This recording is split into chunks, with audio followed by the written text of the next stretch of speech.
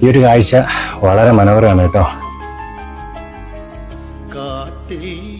ഇത് കഴിഞ്ഞ വർഷമാണ് ഈ ഒരു സംഭവം ചെയ്തേക്കുന്നത്.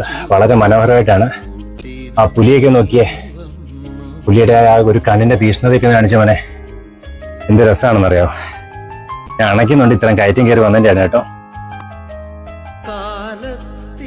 നമ്മൾ അതിന് ശേഷം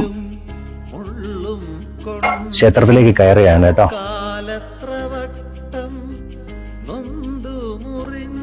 ഇതാണ് പുലിപ്പാദം. തിരുമേനി നമസ്കാരം. നമ്മുടെ പുലിപ്പാദം അല്ലേ, അയ്യപ്പൻ പുലികളുമായിട്ട് വന്നിറങ്ങിയ പറയുന്ന വിശ്വസിക്കുന്നത് അല്ലേ? അത് കാൽപാദമുണ്ട്.